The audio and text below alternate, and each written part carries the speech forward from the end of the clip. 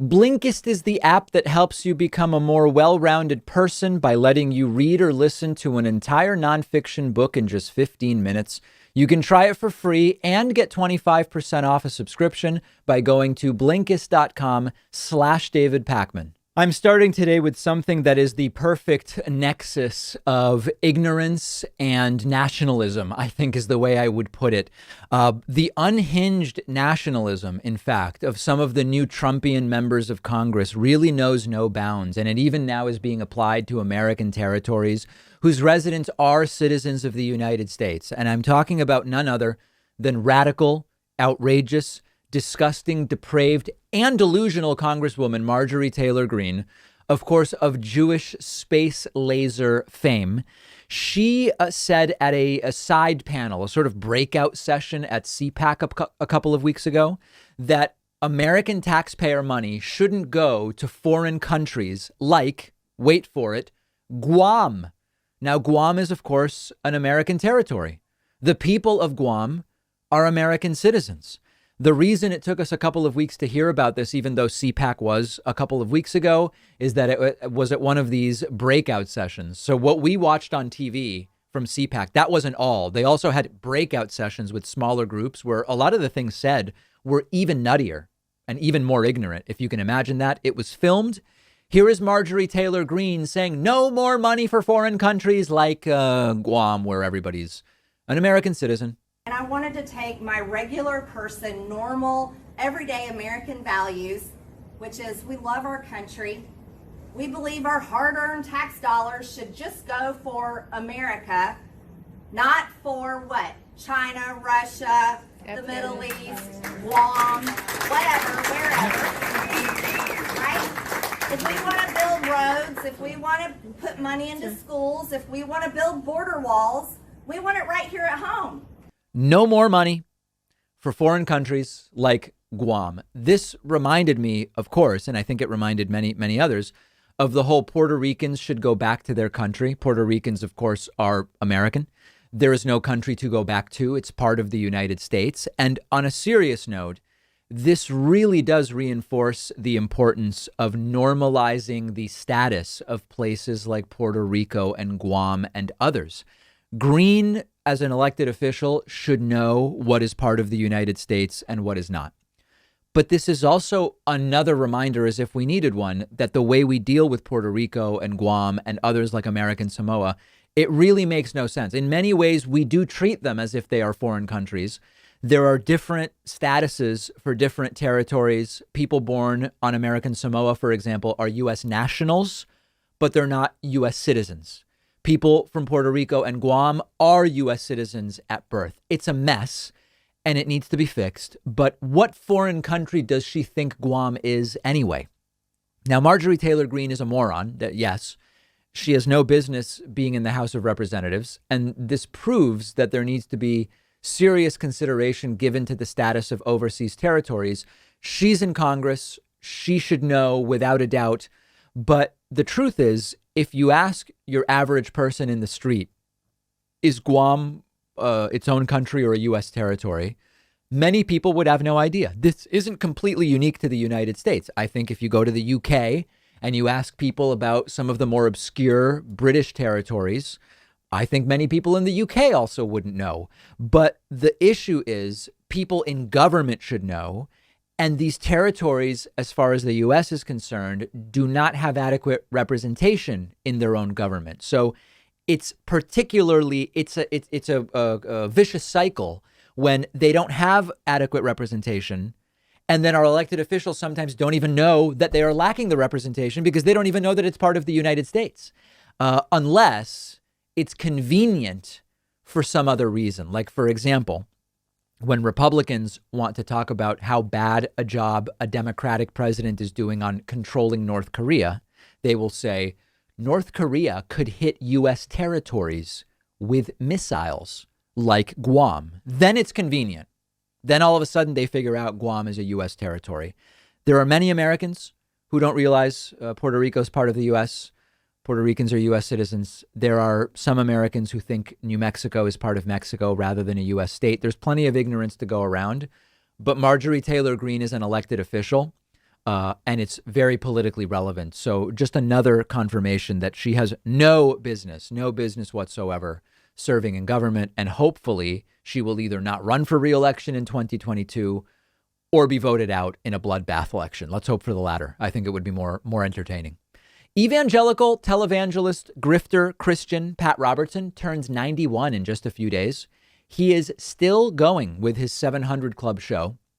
The show has been on the air for so long that the list of things that Pat has said are demonic is now really long. As a reminder, over the years, the following can be or are demonic, according to Pat Robertson: secondhand sweaters from a thrift shop, Ouija boards, yoga, Harry Potter, feng shui, karate, horoscopes, the Twilight series, paintings of Buddha, TV shows about ghosts, Halloween, psychics, girls who levitate their friends at sleepovers, and sometimes even adopted children from other countries can be demonically possessed, according to Pat Robertson. We now are adding something new to the list. Even little babies just out of the womb, completely vulnerable to the world's dangers, can be demonically possessed. Check this out. Pat Robertson answering a question from a caller named Lisa. As always with this show, I don't know if the caller is serious or participating in some kind of satire. It appears to be real, and Pat Robertson certainly takes it seriously. All right, here's the caller, Lisa from Fallon, Nevada. My question is regarding demon possession. Can babies be possessed? And if so, does the age of accountability come into play for salvation? You asked what the age of accountability. Can babies be possessed? And if so, does the age of accountability come into play for salvation? Well, the age of accountability has to do at the point you know what right from wrong, and that normally doesn't take place till you're old enough to understand something's wrong. So the age of accountability can be 5, it can be 6, it can be 4, it can be 3. But can a baby be demon possessed? I just believe if that child is born to a family of devil worshipers, there's a real possibility that the devil will think that he has a claim over that child. I mean, it's horrible to contemplate, but I don't think that they're protected in some fashion from a generational curse. But normally a little baby, as I say, there's no such thing as a sinful baby, because a baby doesn't ever know he or she is doing anything wrong. So they're free from the law, but not necessarily free from the influence of Satan. All right? It could be a generational curse or simply being born to devil worshipers. And yes, a baby can be demonically possessed. Remember that if there are soon to be parents in the audience. Now, importantly, it wouldn't be because the babies have sinned. I guess is that nice? I don't know if that's better or worse. The babies that are demonically possessed would only be demonically possessed either because of some kind of transgenerational possession or because of something that the parents did or believed. Maybe that's reassuring in some way. You can't come out of the womb immediately a sinner. And if you think that this is entirely nonsense, there are stories of parents who have killed their kids because they become convinced the kids are possessed by the devil. It just happened a few months ago, December 21st article from KRCG TV, a Benton County couple in Missouri in custody for torturing and beating the family. A 4-year-old died, and the couple said they were torturing the family because the mother was possessed by a demon. Another one from October of 2019, a man drowned his 6-year-old son while trying to cast out a demon. I could go on. There are many, many more of these. It's not merely grifting. It is a type of nonsense that has real world impact. Admittedly, the impact seems to be primarily on those who are already probably quite mentally ill and lacking mental health services, but it's giving them ideas, if nothing else. And Pat Robertson's still going. I don't know how long this show is going to go on. It's been on the air for a very long time. By the way, for people who don't know the story of the 700 Club, I'm going from memory. I believe the reason it's called the 700 Club is that early on, Pat found, I don't know if it's actually 700 or roughly 700 of his friends or people willing to give him money to start this show. It's extraordinarily lucrative, and it has been on air for decades. I don't know if it still airs on ABC Family. I can't imagine a show less family friendly than this, to be totally honest with you. But an incredibly successful institution, the 700 Club with Pat Robertson. And Pat, as I mentioned, just about 10 days, March 22nd, Pat Robertson's birthday. So that's what's going on there. Babies, I have a lot of friends who are new parents. Babies could be demonically possessed. On Friday, March 26th, we are doing a 1-day membership blowout. Why are we doing this? I've been honest about why. The pandemic is getting a lot of people down economically. In February, we had the most cancellations of memberships of any month ever on the David Pakman Show. Being a 28-day month, we also had fewer new subscriptions. We had a significant net loss of subscribers in February. So we're trying to do something to kickstart 2021. On Friday, March 26th, we will be doing a 1-day membership special. It'll be a huge discount. I believe the coupon code will be a COVID-19 theme, and it'll be good because of growing vaccinations and decreasing cases and all of that stuff. I would love for you to get access to this special. All you have to do is get on my newsletter at joinpakman.com. At davidpakman.com. Go to davidpakman.com, sign up for the newsletter. Friday morning, March 26th, you will get a perfect email from me telling you exactly how to take advantage of this. In the meantime, have you dealt with demonic possession? Let me know. I'm on Twitter at @dpakman. The David Pakman Show at davidpakman.com.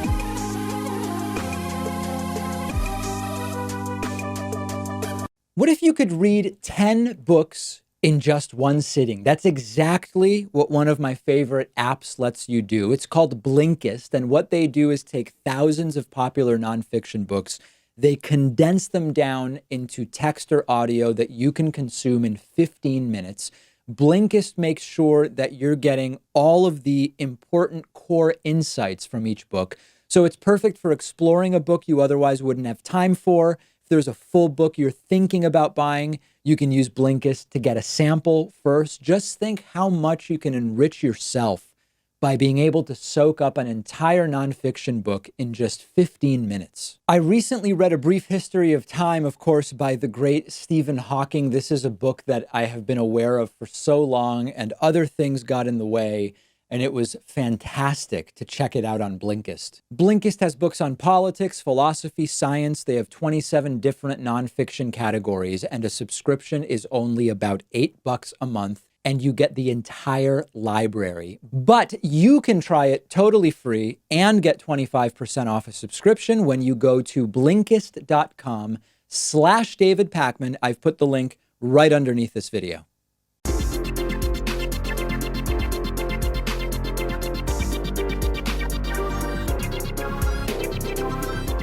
The David Pakman Show at davidpakman.com. All right, let's hear from some people via the David Pakman Show Discord. You can find it at davidpakman.com/Discord. Approaching, we are getting dangerously close to 12,000 Discord subscribers, which is just insane, inconceivable. Let's go first to Josh from Mexico City. Josh, I would love to hear what's going on there. Hi, David. Can you hear me? I can. I can't help but ask where you are exactly because it's such a compelling background noise. The park. You're at the park. All right. Park in Mexico City. I've got a picture in my head. What's going on there? Yeah. So I had a question for you. It seems like the Biden administration, one of their big things was racial justice. And since the United Nations Committee on, I believe it's unrecognized or decolonization, has specifically called out the U.S. in terms of its relationship with the territories and overseas possessions. Does it seem likely that, and also given that Puerto Rico has more or less definitively voted on statehood, if you can call it that, does it seem likely that the Biden administration will make an attempt to sort of normalize the status of the territories, especially American Samoa, where they don't even have the right to birthright citizenship. You know, it doesn't strike me that this is going to be at the top of the list of priorities for Democrats and for Joe Biden's administration in these first 2 years. To me, and this is not my opinion of what should happen, I think it should be a priority. It seems to me that it's more likely to be a sort of 2022 to 2024 priority. And then, of course, you need to wait and see if Democrats will even have the House and or Senate. That's my sense right now. I'm not seeing like a big political appetite for it. And particularly when, stimulus was going to be done right away, it took months. I'm not super optimistic it gets done in these first 2 years. Sure. But thanks, David. What are you doing in Much Mexico City? Do you live there? Yes, I'm half Chicano. Oh, okay. So I was here working on my PhD before lockdown, and so now I live here. How are things from the standpoint of the virus? It's complicated. Yeah. The government has started to roll out the Russian vaccine. Yep. But of course, this is of course a country where that's complicated. You could say it's only been a democracy for the past 20 years, and you have people, you have the informal and formal economy. Right. People who work in the formal economy are doing okay. It's the people who work in the informal economy that have received no protection. Are there ways, if you are an elite, so to speak, to get the Pfizer or Moderna vaccines there? What I've heard from some friends is that people are going to their summer houses in Florida to get it, right, or things of that nature. That seems to be the best way. Yep. To do it. I've read that about Argentina as well. People who were going to Miami. Yeah. That's pretty much what's happening. And what's also interesting is that when they did the initial contact tracing, they traced the first cluster of cases in Mexico City to a group of elites who went to Aspen. Oh, really? Like the quarantine. Yes. So. Not shocking. All right, Josh, thank you. Appreciate the call. Yeah, thank you, David. Have a good one. There's a Josh from Mexico City. Let's go next to Sarah from Washington, D.C. Sarah, you're on the air. Hey. Hi, how are you? I'm good. How are you? Doing well. I've actually never talked to you before. I watch everything you do. I'm just honestly here to listen and learn from. Oh, you didn't want to ask a question? I mean, I'm just listening and here. I like what you do, so I'm just here to listen and take in what I can. I didn't really have a specific question. All right. Well, thank you. I appreciate it. Of course. All right. There we go. Sarah from Washington, D.C. Let's next go to Nico from Santa Monica. Nico, you're on the air. Hi, David. How are you? I'm good, thank you. So I assume you follow either the New York or the New York Times or Bloomberg vaccine tracker, correct? Yes, I do. I was wondering, so the Johnson & Johnson vaccine has been approved yes. for use, and that data is not showing up yet. Are people just not getting the vaccine?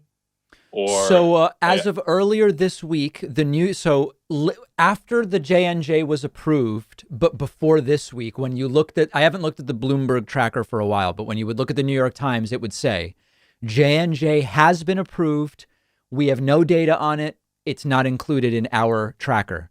As of this week, there's a new message on the New York Times tracker, which says J&J 1 dose is now included here. And we are including now, because it's 1 dose, if you got the J&J vaccine, you're being counted by the New York Times both as having full vaccination and as having at least 1 dose. They're basically it's not really double counting. You're part of both categories. So my understanding is now J&J is in the New York Times tracker.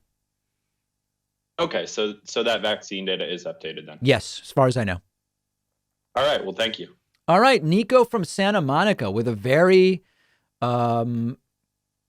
specific question, I guess is what we would say. Why don't we go next to Amugo from Florida? Amugo, you are on the air. Hey, David, can you hear me? Yes, I can. All right, how you doing? I'm doing well. So I kind of have a few questions, but I'm going to start off with this one. Right. Did you hear about the Nevada Democratic Party, how basically the establishment just quit after the socialists won basically all the seats? I saw a headline about it. I don't know the details about what's been going on in the Nevada Democratic Party, but I did see the headline, yeah. Yeah, I just thought it was interesting. You know, the socialists pretty much took over, and you know the establishment talks about unity and blah blah blah, and then as soon as the people that they weren't really expecting to won, they kind of just quit, and it was just one of those like hypocritical type things. Like you want to work together, but when you don't get your way, you just go away. I didn't like. It was just funny to me. Yeah, it is funny based on the headlines I've seen. I plan to do a deeper dive on it this weekend when I have some time to read more stuff about it. But I'm curious as to like the background on it. I don't know whether this is something that's been building within the Democratic Party there for some time, or if this like punctually exploded or what happened. But it sounds very odd and counterproductive, to be quite frank. Yeah, true. And then I guess my second question was, on this stimulus package, I feel like what Democrats could do in the 2022 midterms is emphasize, hey, we're trying to pass this bill and the majority of the GOP, like Republican voters are on our side with this, but yet no Republicans supported it. So couldn't they use that as like a messaging tool for 2022? I hope so. I've been talking about this for a while, which is if every Republican wants to vote against something that many Republican voters actually want, you would hope that there are political ramifications to that. And you would imagine that Democrats would figure out a way to try to hold them to account for that in 2022 by running on, they voted no on you getting any money. Unfortunately, political memories are very short. And if we're significantly recovered by 2022 and Republicans have fully switched over to the debt, the deficit, cancel culture, all this stuff, it may just be too late. People may have forgotten about it. Sadly, I hate that that's a reality. Yeah, I was thinking about it because there's a new poll that just came out, a YouGov poll, I believe, and it shows 75% of Americans want this bill and 59% of Republicans want it, but yet no Republicans voted for it. So it's they're not representing their constituents by definition. Literally, in a mathematical sense, they are not doing it. And for all the flaws Democrats have, I mean, at least they're trying to get it passed, because there's a lot of flaws with the bill. The $15 minimum wage, more means testing. So there's a lot of things that aren't good about it, but at least they're trying to get relief done. But the right's talking about Dr. Seuss. So I don't. This was my exact commentary, which is there's a bunch of issues where Democrats and Republicans aren't very different. But you look at this, every Republican voted for people to get nothing. Democrats, frustratingly, they don't want the $15 minimum wage. And remember, it's not like there's Democratic senators who would have voted no, even if you push it into the bill. That's the frustration. They added, they restricted who gets it, but they passed something. If it were up to Republicans, people would get zero. Yeah. And then like final point is Tom Cotton, I think, I don't know if you mentioned it. I don't know who it was, but Tom Cotton went on Fox News and said, oh, the Democrats want to give prisoners, like, I can't remember who the church guy was. I can't remember, but they want to give him a $14 check. It was the Young Turks. And that same provision was in the Trump stimulus bill, but now Tom Cotton hates it now that the Democrats trying to do the exact same thing. Wasn't it like the Boston bomber they were talking about? Yeah, the Boston bomber. Yeah. It's insane. I mean, this is the same thing as when they say there's a projection of 100,000 children coming across the border. Those are almost identical numbers to what there was under Trump. It's just Fox News wasn't talking about it then. Yeah, it's honestly frustrating just like listening to them. It's like, listen, Democrats have the flaws, but at least they're trying to help. You guys just complain and complain. Did you see Tim Ryan on the House floor basically yelling at Republicans like, I did. We're trying to help the workers. Like, what do you guys do? You complain and complain. So Tim Ryan's a good guy. We've had him on the show and I've met him a couple times. He's really, really good guy. Not my favorite, but at that moment I was like, I feel you, man. I feel you. No, it's not like he's not inspiring as a progressive leader, but he's relatively progressive and a good guy. All right, Amugo, thank you for the call. No problem. Have a good day. All right, there is Amugo from Florida or Florida. I should have asked which of the two he's from, actually. Let's go next to, why don't we go to Thibaut from Brussels, Belgium. Thibaut, you're on the air. Hi, David. Can you hear me? I can hear you perfectly. So first I wanted to ask, how are people coping in America with like the stimulus checks? Because I am raised by a single mother, and she has a beauty salon, and in Belgium, all the contact jobs or close contact jobs had to close for several months, and my mom just got, every month she got an amount of money proportionate to her income, and I just can't imagine how Americans can live without paychecks for so many months. How are you guys doing this? There's a range. I mean, fortunately, lots of people had jobs that translated to work from home, but many people did not, of course. A lot of people are on unemployment and struggling on unemployment. In fact, we did a story earlier this week on the bonus show. That's the award-winning bonus show, Thibaut, by the way. We did a story on the bonus show about how 1/3 of those receiving unemployment in February were struggling to pay for food and housing. So even people on unemployment are struggling right now. A lot of younger people have moved back in with parents. I mean, there's not one, it's a very good question. There's not one answer, but different people are coping in different ways and to different degrees. But it's pathetic what hasn't been done here compared to what Europe has done. Yeah, and like, is it also in America that also certain jobs had to just close for several months, or is it just state by state legislated? Well, the answer is yes, but it was based on a state by state basis. So there were long periods where in certain states, things like, massage therapy was just closed, hair salons closed, things like this. It is decided upon at the state level. So there's kind of like a different answers in different states. But yeah, that was the case. Okay, I understand. Yeah. And I just wanted to ask you also about Bernie Sanders. Sure. Like he is, I believe, the chairman of the Senate Budget Committee. Right.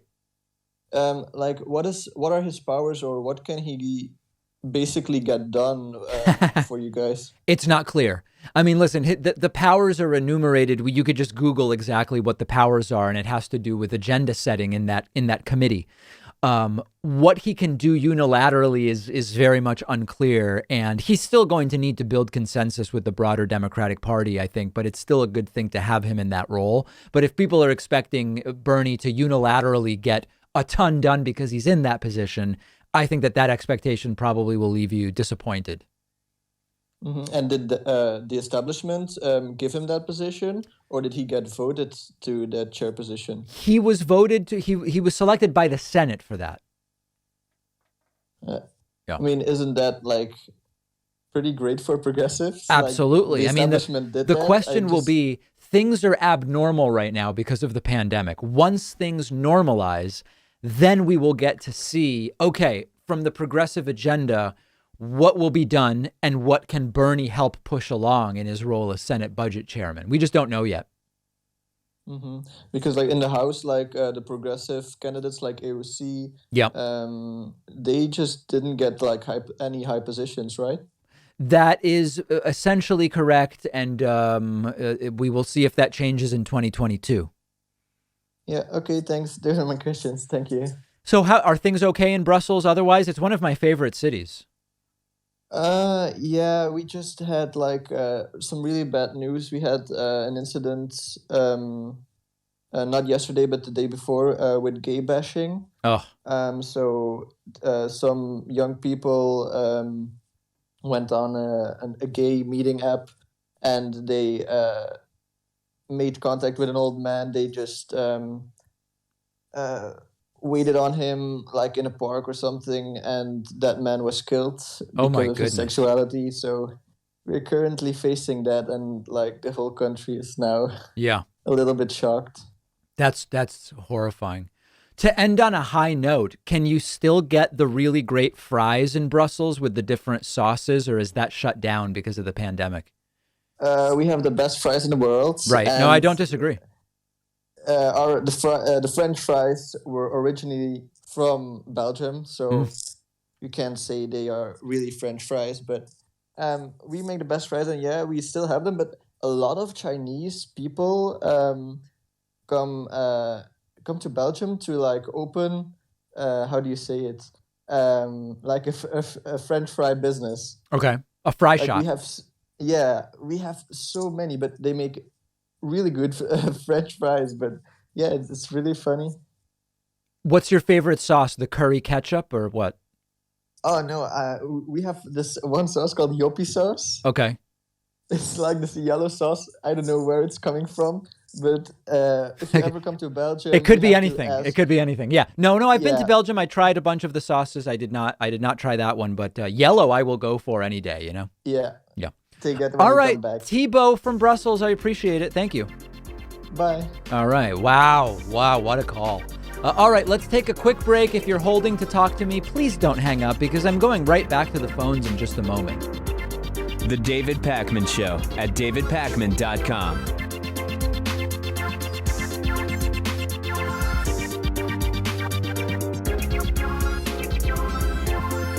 The number one funding source for the David Pakman Show has been and continues to be membership. And membership is not just a feel-good thing. You get access to the world-famous bonus show every single day just for members, as well as commercial-free audio and video feeds of the show day in and day out. You can sign up for membership very, very quickly at joinpakman.com. That's joinpakman.com.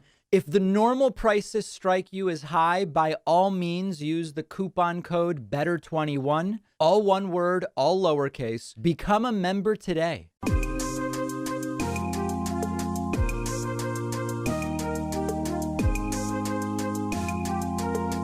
Welcome back to the David Pakman Show. Let's go next to Lucian from England. You're on the air. Hello, David. How are you? I'm good. How are you? I'm doing well. All right. So I saw that a few days ago you responded to a caller who was asking about the idea of having conversations with other public speakers like yourself, but on the right. Yes. Sorry if you spoke about it again since, but I haven't quite caught up on the vids. Okay. You seemed fairly open to the idea at the end of that, and I think you asked the audience if they'd be interested. Right. So my thoughts, I've had thoughts on this for a while, wanting to speak to you about it, because I think I'm quite worried that people can become quite insular and sort of stick to their own kind, so to say, and taking everything these people say as gospel. And I wonder to what extent you think this has contributed to the polarization we see today. You're saying that maybe not enough conversations between left and right are happening, and that leads to more polarization. Yes, and you did say, and I understand that you said it's quite hard to make it a productive thing. Yeah. Maybe especially if you're trying to speak to the likes of Tucker. But would you be sort of willing to try it and maybe lead by example to get the public to be more open to bipartisanship? Yeah, I mean, listen, here's the thing. The call that I got last week from people saying, why not do more of the, kind of like blood sport type debates with kooky right wingers? That's very different than when, like, for example, I had on Neil Ferguson, who's someone from the right who we can engage in a more meaningful way to hopefully try to understand each other. Or like when I had on, who else? There's a bunch of different people I've had on where it's sort of more normal in a sense. I think that that's great. And I have been doing that and continue to do that. I think that the question from the caller was more like more cartoonish debates with Tim Pool or like the Westboro Baptist Church lunatics or stuff like that, where that I don't see as productive. But like when I have Neil Ferguson on or people like that, I think that is good, and I plan to continue doing that. Yes, I really hope it's making a difference. I just think both sides really love to demonize each other so much. Yeah. I think if the people we look up to for this kind of information, if we see them sit down and talk constructively, right. I mean, it won't fix the problem, but I think it could go a long way. I don't disagree. I'm completely on board. And yeah, my interpretation of last week's question was more about like the wacky right wingers, where it's just like, how much do we really look? It's like funny to do a Jesse Lee Peterson interview, but it's kind of a waste of time too. Of course. Yeah. Thank you very much. All right. Thank you so much. Yeah, very, very good point. Glad to have the opportunity to clarify and explore further. Why don't we speak next to, I don't know. I mean, there's so many different people interested in getting on. Why don't we go to Trey from Seattle? Trey from Seattle, you're on the air. Hello, can you hear me? Yes, I can. Hey, David, I was just wondering, what do you think the future of the Republican Party is? Too soon to know. Too soon to know. I think that, so what we see right now is a power struggle. Donald Trump at his CPAC speech saying, here's a list of Republicans that are bad and that I'm going to try to defeat. And you can donate to me. I will be the kingmaker in 2022. On the other hand, you have some Republicans who remain behind Donald Trump, others who want the Republican Party to get out from Trump. You have a legal battle right now where the Republican Party is saying we can use Trump's name and likeness to fundraise, whereas Trump is saying, stop using my name. People should donate to me and I'll decide who is going to win in the Republican Party. We just have to wait and see in 2022 who wins and who loses. Do Marjorie Taylor Greene and Lauren Boebert and Madison Cawthorn get reelected, or do they get humiliated and made one-term Trumpian radicals? I just think we don't know yet what the future of the party is. Interesting. Yeah, I've done a lot of research onto kind of the evolution of the Republican Party, and I found that it's almost as if each generation has tried to out-conservative the other. But not Trump. I mean, Trump's thing. Oh, until Trump. Yeah, right. Because Trump ran on a whole different paradigm, which was just kind of shock value and faux populism. Right. Yeah, it went from, Richard Nixon, EPA, like you said, I believe at one point, to, QAnon crazies like Marjorie Taylor Greene. Right. But in the middle of that, there's important stuff in the middle, which was Reaganomics, and then the radicalization of Newt Gingrich, and then the sort of dim-witted George W. Bush, and then the racism inspired by Obama, and that all culminated in Trump. Right. Yeah. And my last question for you is about the Green New Deal. Sure. What do you think we could do to modify it or make it less radical? Which parts are radical? What's that? Which parts are radical? Well, forgive me. I haven't read the entire bill, so. Is there any of it that you can point to that's radical? 100% relying 100% on renewable energy. By what date? What? I'm sorry? Well, that's only radical if we say that it's going to be by 3 years from now, right? Like eventually, it wouldn't be radical to say at some point we should get to that. It becomes a question of when is it reasonable? Right. Yeah. I hope that the bill is meaning that this is going to be a more smooth transition towards that, and I want that to happen. Yeah. And not so abruptly. It can't happen abruptly because we don't have the supply. Anybody who's scared that abruptly we're going to have to only be depending on wind, we don't have the supply. By definition, it will have to be a relatively long transition. Right. Well, thank you very much, David. No problem. Yeah, but so find the parts that you find to be radical, and then let's talk again.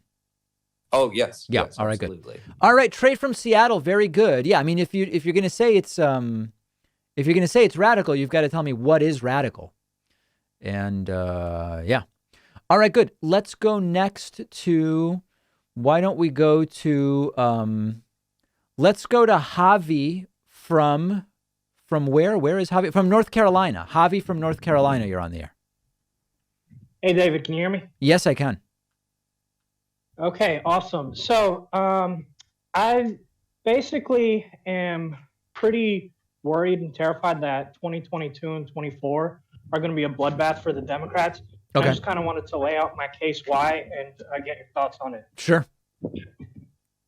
So,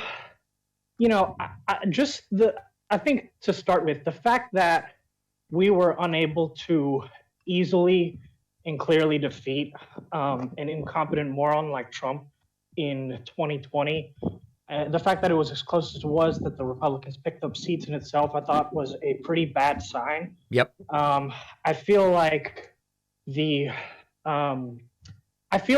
right has done a good job, especially over the last year, and I feel like they may be effective in doing this going forward at tying the left, like the Democrats, to a lot of cultural issues that are BS that can be appealing to sort of nonpartisans or apolitical people. So like tying the Democrats to cancel culture or just political correctness and identity politics and all that stuff.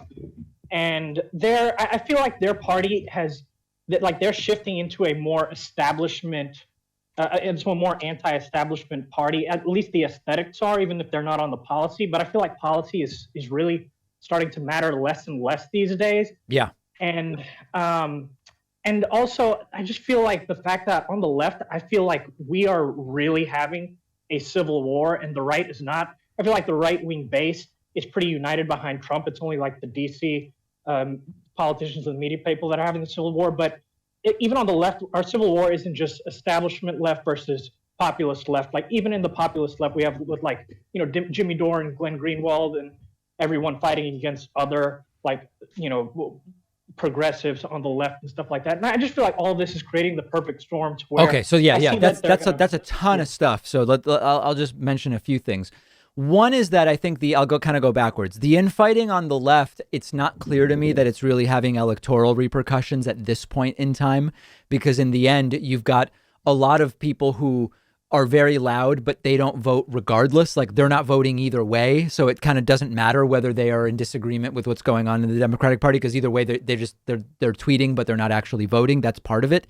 Another part of it is that I think that you are right in being sort of concerned about how difficult it was to defeat Trump in the end, and barely won the Senate, did Democrats, and lost some seats in the House. But I think that there's a unique situation. 2024, I'm not even going to think about until after we get 2022.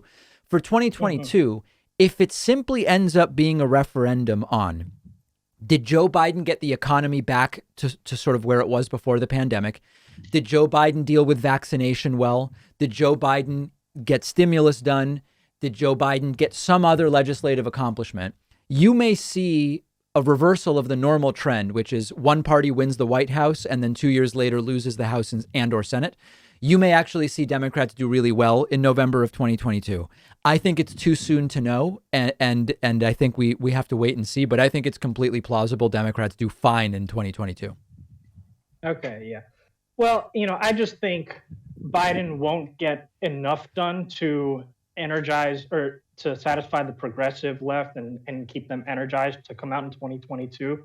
And then I guess sort of the last point that I missed was I just feel like 2022 alone is going to be a bloodbath because of the gerrymandering that's going to come after the census. Since the Republicans control the state legislators, they're going to redraw the districts to favor them. That's a real issue. That's a real issue. And the electoral map for 2024, even there's more votes that are shifting towards Texas and Florida, states were leaning more Republican. So that's just why I'm pretty concerned about that. All right. Well, we're going to follow it all, but I think your concerns are reasonable, and we will have plenty of time to discuss for sure. I appreciate the call. Thank you, David.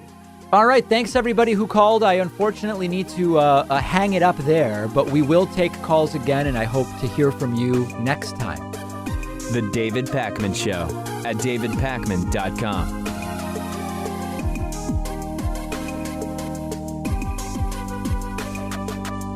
The David Pakman Show is audience-supported media, and you can contribute any amount you want on Patreon, as little as $1 per month. Plus, you can get the daily bonus show, world famous at this point, and the daily commercial-free TV show by making those pledges at patreon.com/David Pakman Show. This is audience-supported media. We depend on the support of our viewers and listeners. Whether you listen to the podcast, watch on YouTube, or watch us on TV, or even listen on the radio, patreon.com/David Pakman Show.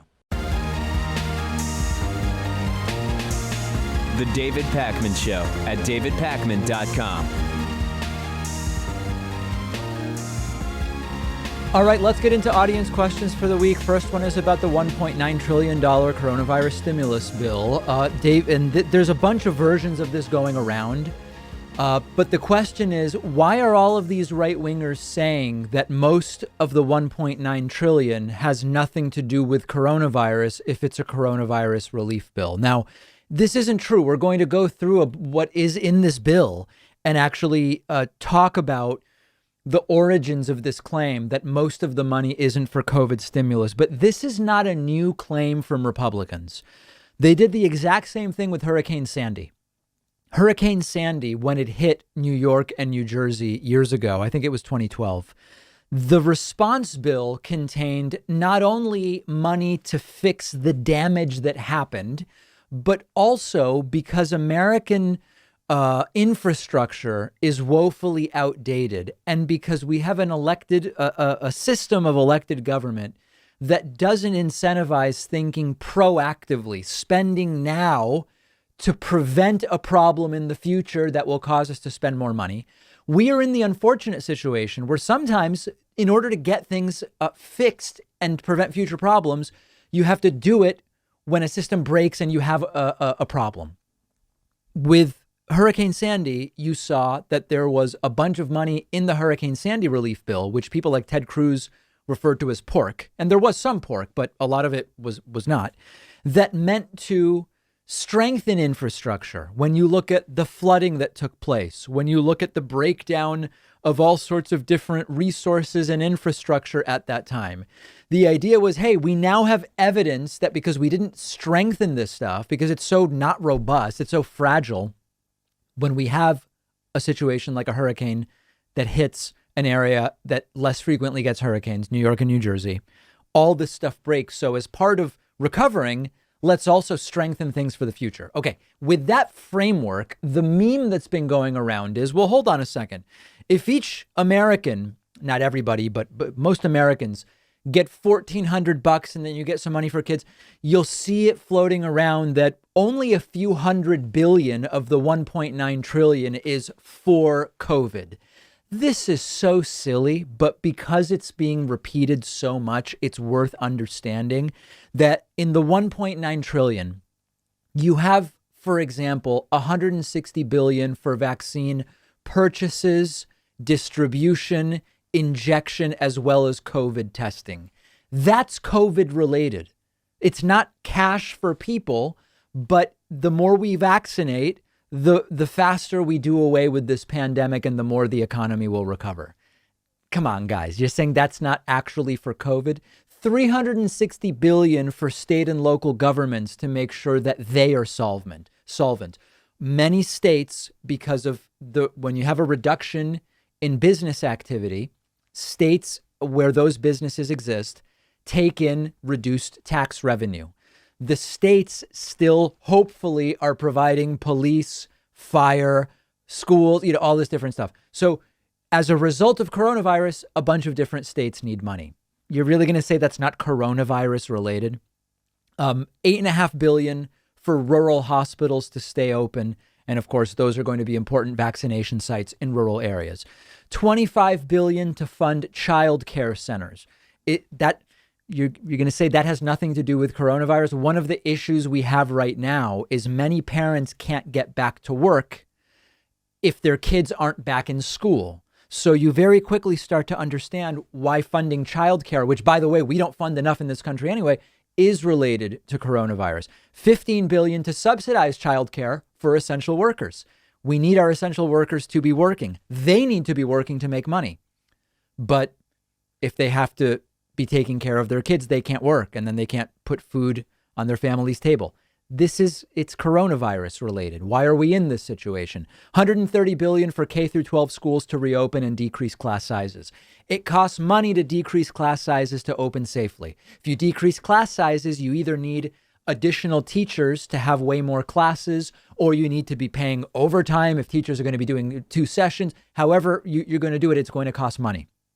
People on the right want schools open. People on the left want schools open safely. Here's money in order to do that. We could go on and on and on. $15 billion to prevent airline layoffs. Okay, there are some who are saying airlines should be allowed to fail. Unfortunately, fortunately or unfortunately, whatever the case may be, airlines are a big piece of infrastructure, transportation infrastructure. You could make the case, let them fail, but we're going to be depending on airlines if and when things start to improve to allow commerce and allow travel to restart. Travel, one of the hardest hit industries. So, you can make a case on any of these things. Well, maybe the 15 should be 12 or something like that. But the talking point that's floating around is most of the money has nothing to do with coronavirus. And of course, that is completely and totally untrue. This isn't a new talking point from the right. And it's not at all surprising that they're rehashing it and reviving it right now. Hey, David, how much longer do you think we're going to need coronavirus stimulus bills? So there's two questions here. How much longer will we need them? And is there really a shot at getting another one? I've said before, this third coronavirus stimulus, I think in all likelihood is going to be the last. Now, I know that there are lots of folks who have put out very good proposals, sort of pandemic basic income versions of universal basic income, continue doing $2,000 a month or $1,000 a month or whatever the case may be until certain economic metrics have been met. Others are into that idea, but only on a means tested basis. I think it's all going to be moot. I believe that the political appetite for these big coronavirus stimulus packages, maybe I'm wrong. I think this is the last one. I don't think there's going to be a fourth one. But that wasn't really the question. The question was how much longer do you think the economy and Americans will need stimulus? I think the reality is that soon the case for acute COVID stimulus as an umbrella, if we continue vaccinating, if the variants don't completely upend what we're trying to do and the reductions that we're seeing, my hope is that we will have a dramatically recovered economy, probably by the beginning of the fourth quarter of this year, although some industries are going to need help for longer. What I think is missing in this question, how much longer will we need COVID stimulus, is that what we really need, and this has been exposed by the pandemic, we need the systemic changes that many social democrats like me have been advocating for over a decade at this point in time. And as we pointed out when the virus first hit, systems we think are robust are actually really fragile. Remember what happened with food supply and toilet paper. Just an example of systems we think very little about day to day. But as soon as you have a shock to the system, it becomes extraordinarily fragile. Some of these examples of fragility include significant income inequality. When a pandemic hits, income inequality, in this case, became dramatically exacerbated. So when you start with an unequal situation, you have a massive collapse of the economy, and then you get a K-shaped recovery where the very rich do really, really well, and a lot of people do not. That is an example of something where a more robust system of social safety nets, among many other changes and policies we've been talking about, healthcare not being linked to employment and so many other things, living wage, all these different things, they make the system less fragile to begin with. And so I think that there's a debate to be had as to should there be a fourth coronavirus stimulus? Would there be an appetite for something else in May or in June or whatever the case may be? Maybe they can get it done. Maybe they can't. Much less COVID stimulus would have been needed, obviously, if Trump had better handled the virus and not as many jobs had been lost and all of that. But just as importantly, if the systemic changes I've been talking about for a decade were in place, things wouldn't have gotten nearly as bad as they got. If people had healthcare not connected to work, if social safety nets were more robust, if everybody earned a living wage, right? We really need change for everyone systemically, rather than, I would argue, another bill that helps some people, even if it's most, if the current recovery continues. Job creation, reduction in unemployment rate, reductions in deaths, reductions in hospitalizations. We're seeing a lot of jobs come back as part-time, which hopefully will become full-time. We talked about the jobs report from February at the beginning of the week. And it's, you know, this third stimulus makes sense economically and politically. Joe Biden ran on it, promised it. Many Senate Democratic candidates also ran on it. It would be a major failure not to have done it. We're not at a point where we can say we don't need that. My hope is that in 3 to 4 months, we'll be at a point where we'll be able to say we need very targeted stimulus for people in particular situations. But now it's time to fix the systems and do the real infrastructure spending so that the next pandemic isn't as big as a disaster at this one. Right now, it's too early. Virus is still causing a lot of damage. A lot of people are still unemployed, will be unemployed for the foreseeable future. We're 9 million jobs short of where we were before the pandemic. So you give people checks, you provide a buffer, you enhance unemployment, child tax credits, all these things. Eventually, if anything good comes from this virus in the United States, it would be realizing how far behind we are so many other rich countries when it comes to social safety nets and dampening the blow of something like this to begin with. I'm probably being naively optimistic given some of the people that are representing us in the House and Senate right now. And that actually relates to the next question we're going to talk about. David, do you think that the lunatic Trumpist elected officials that won in 2020, like Marjorie Taylor Greene, Lauren Boebert, Madison Cawthorn, and others, will be reelected in 2022? This is like a chicken egg question. We wonder, will Trump really run in 2024? We wonder, is the Republican Party going in the direction of Trump, or are they going to reject Trump going forward? That and this question of, do Marjorie Taylor Greene, Madison Cawthorn, and Lauren Boebert become one-term anomalies or anomalies, depending on your preference, both pronunciations valid, or do they get reelected and ingrain these sort of vapid Trumpian candidates with no policy ideas into Congress? The Tea Party in 2010, you'll remember, essentially disappeared as a standalone group. It's now a caucus within the House of Representatives, and many Tea Party ideas sort of became integrated into the Republican Party, but not as cartoonishly as they presented themselves in 2010. Something similar could happen with Trumpism, where some of these folks moderate and remain in the party, or they all get crushed in 2022, and that signals a broader rejection of Trumpism going forward. I think the reason that at his speech at CPAC a week or two ago, 2 weeks ago, recently, I don't even know what year it is. Never mind when Trump spoke. No, in the last month, Trump spoke at CPAC. One of the reasons strategically that it made sense for Trump not to announce a 2024 run, but to announce that he now is going to be helping candidates in 2022 to donate to his PAC, so on and so forth, is that gauging his level of influence through the elections of those he supports in 2022 will serve as a good signal as to whether he should run in 2024, whether he has a shot in 2024. So I think the answer is it remains to be seen. Trump's influence will determine whether Cawthorn, Boebert, and Greene get reelected. Greene, Cawthorn, and Boebert getting reelected or not will signal the strength of Trumpism going into 2024, which will likely inform whether or not Donald Trump runs. I still lean to Trump doesn't run. My thought is that to some degree, Trumpism will fade over the next 2 to 3 years. Trump will be nearly 80. And I see him just kind of moving on to something else, or for other reasons, health becomes more of a question mark, and Trump is not a particularly healthy guy. My overall prediction is, if I had to bet today, I bet if you give me even odds, and I'm not a betting man, but if you gave me even odds, I bet Trump doesn't run in 2024.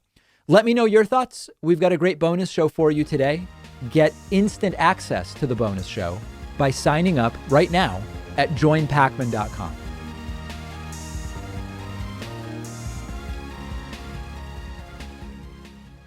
Thanks a lot for watching today's show. I just want to take a second to tell you about today's sponsors. Blinkist is the app that helps you become a more well-rounded person by letting you read or listen to an entire nonfiction book in just 15 minutes. You can try it for free and get 25% off a subscription by going to Blinkist.com/David Pakman.